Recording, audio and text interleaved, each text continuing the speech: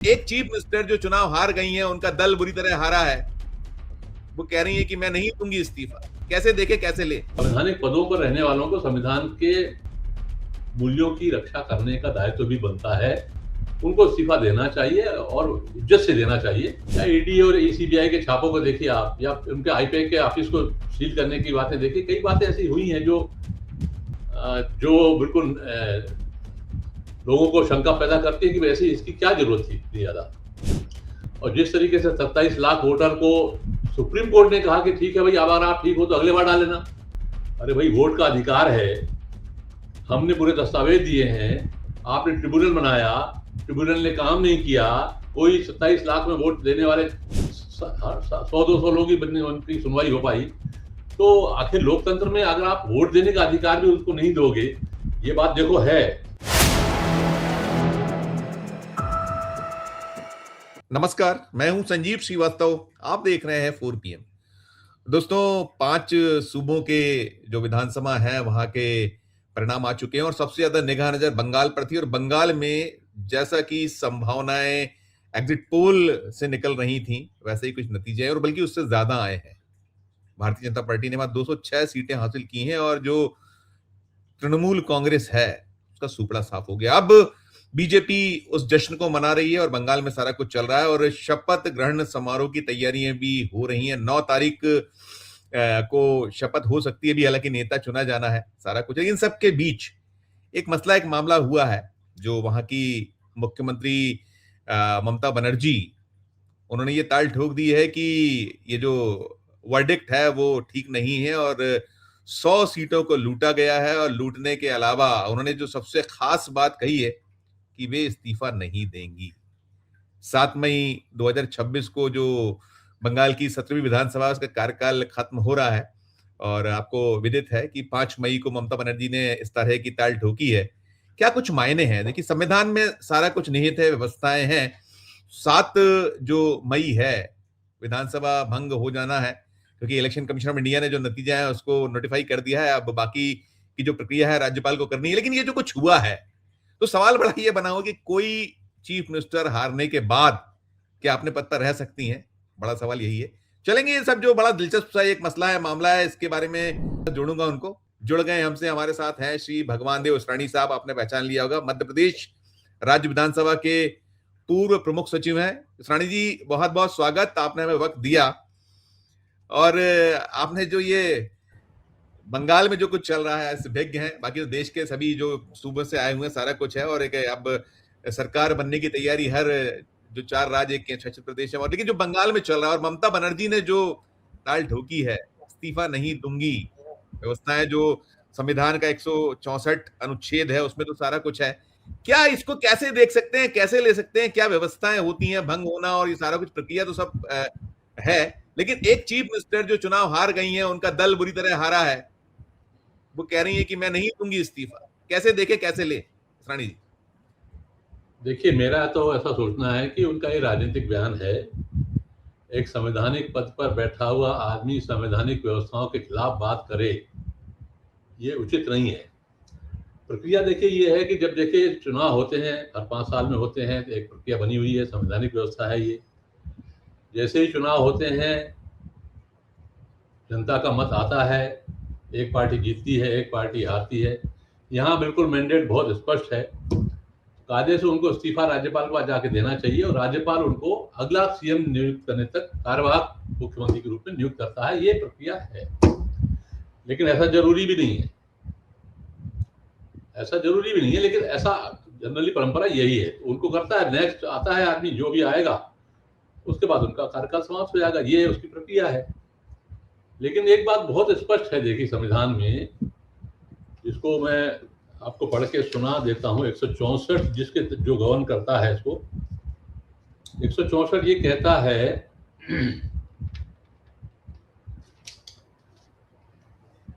मुख्यमंत्री की नियुक्ति राज्यपाल करेगा।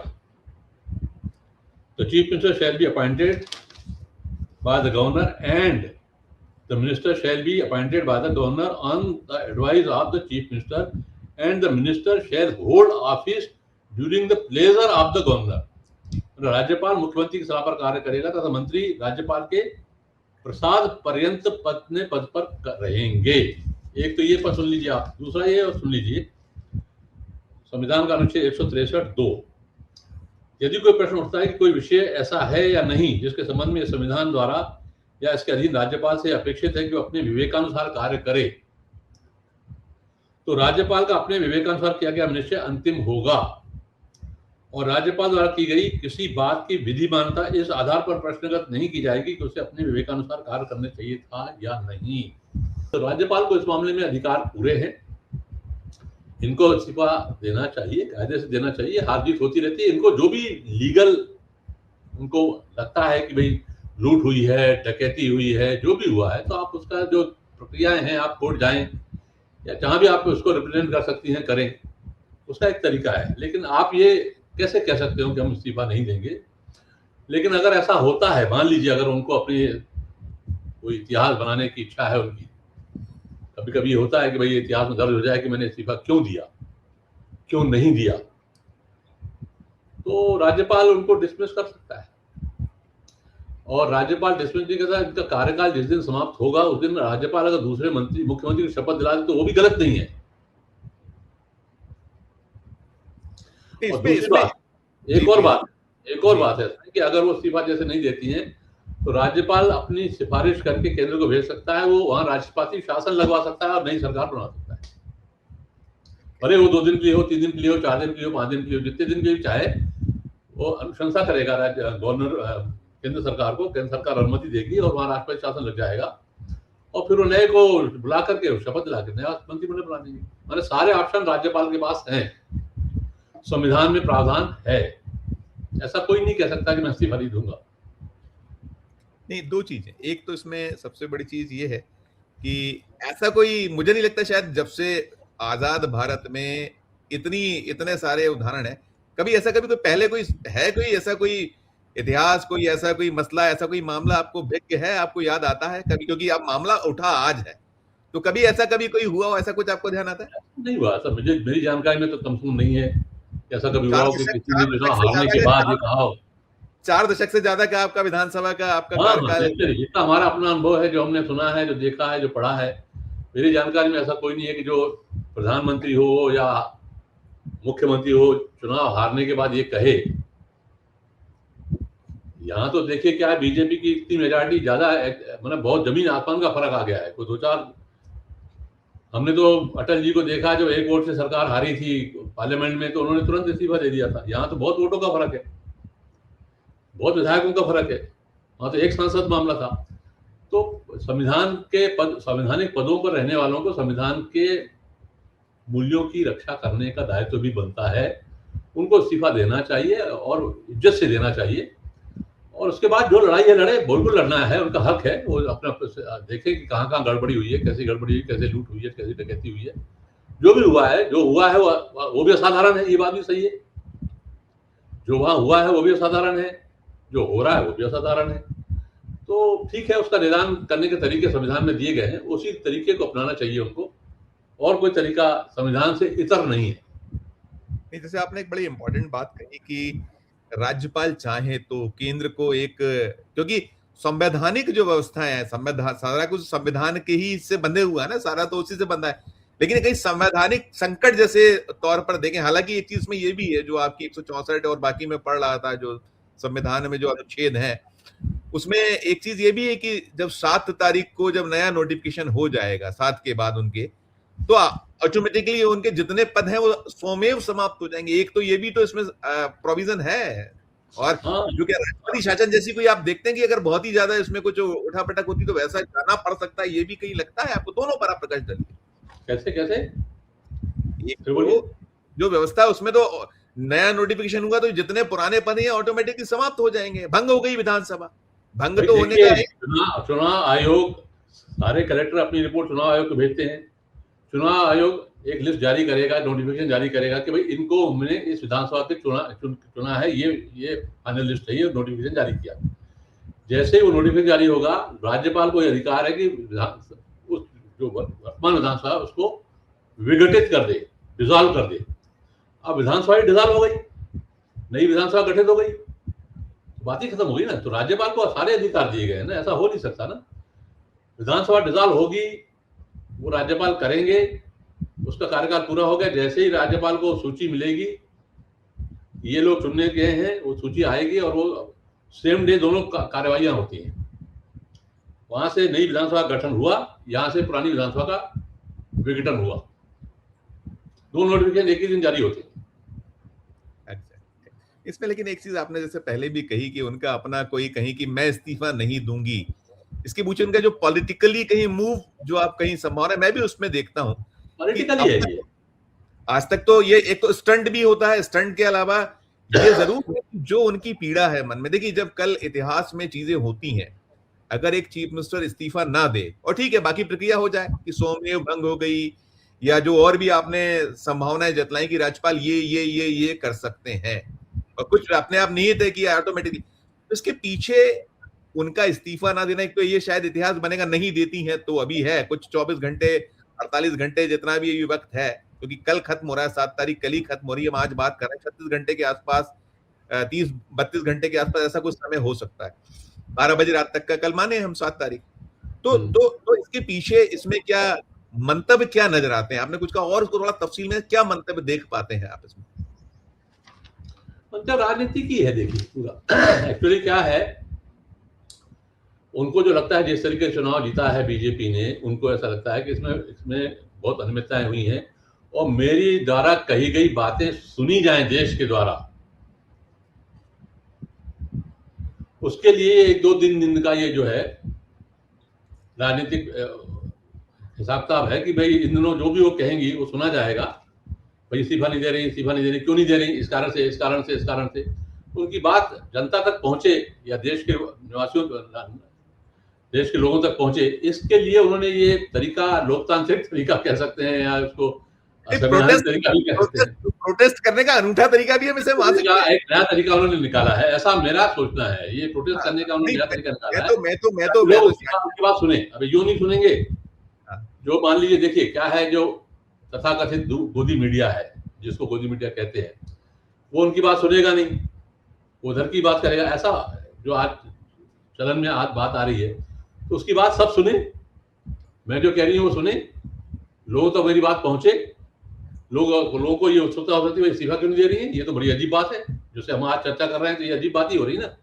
बिल्कुल बिल्कुल, तो ये प्रोटेस्ट करने का उन्होंने नया तरीका निकाला है जी। नहीं इसरानी साहब, इसमें एक चीज और भी, देखिए वो सपोज नहीं देती ही नहीं और बाकी सब हो जाता है, जो भी प्रक्रिया है कि सोमेव वहां जो है वो विधानसभा भंग हो गई, नई सरकार बन गई, सारा कुछ हो गया और नहीं देती तो इतिहास में तो ये दर्ज हो जाएगा इस्तीफा नहीं दिया। और मुझे लगता है कि देखिए क्या होता है, इतिहास पढ़ा जाता है बाद में 10, 20, 25, 30 साल बाद, तो शायद कभी जब बंगाल का ये इतिहास पढ़ा जाएगा तो उसमें फिर लोग टटोलेंगे कि आखिर इस्तीफा क्यों नहीं दिया था, फिर क्यों नहीं दिया था, तो उसमें जाएंगे तो फिर वो सारी चीजें आएंगी जो उनके आक्षेप हैं, आरोप हैं कि भाई 100 से ज्यादा सीटों को डाका डाला गया, लूटा गया, चोरी की, जो उनके ब्लेम्स हैं, तो शायद ये पढ़वाने, ये दर्शाने, और वो कह रही मैं लौटूंगी, वो लौटेंगी, वो अपनी अलग है, वो बाद में 5 साल बाद होगा क्या होगा, लेकिन इसके पीछे हम ऐसे भी देख सकते हैं कि जब इतिहास में ये दर्ज हो जाएगा तो शायद फिर जब आज से 20 साल 25 साल 15 साल जब भी टटोलेंगे तो वो पन्ना फिर खुलेगा जरूर, ये भी सही सोच हो सकता है, ऐसे भी देख सकते हैं इसको। हाँ बिल्कुल देख सकते हैं, क्योंकि कुछ नए उदाहरण तो बनाती रही है शुरू से ही। बाकी लेकिन देखिए क्या है कि 15 साल आप रह लिए, वो एंटी इनकम्बेंसी भी होती ही है, ऐसा नहीं है कि आपका शासन बहुत अच्छा चल रहा हो और जनता अच्छा वो कर रही हो, कुछ ना कुछ तो कारण रहते हैं।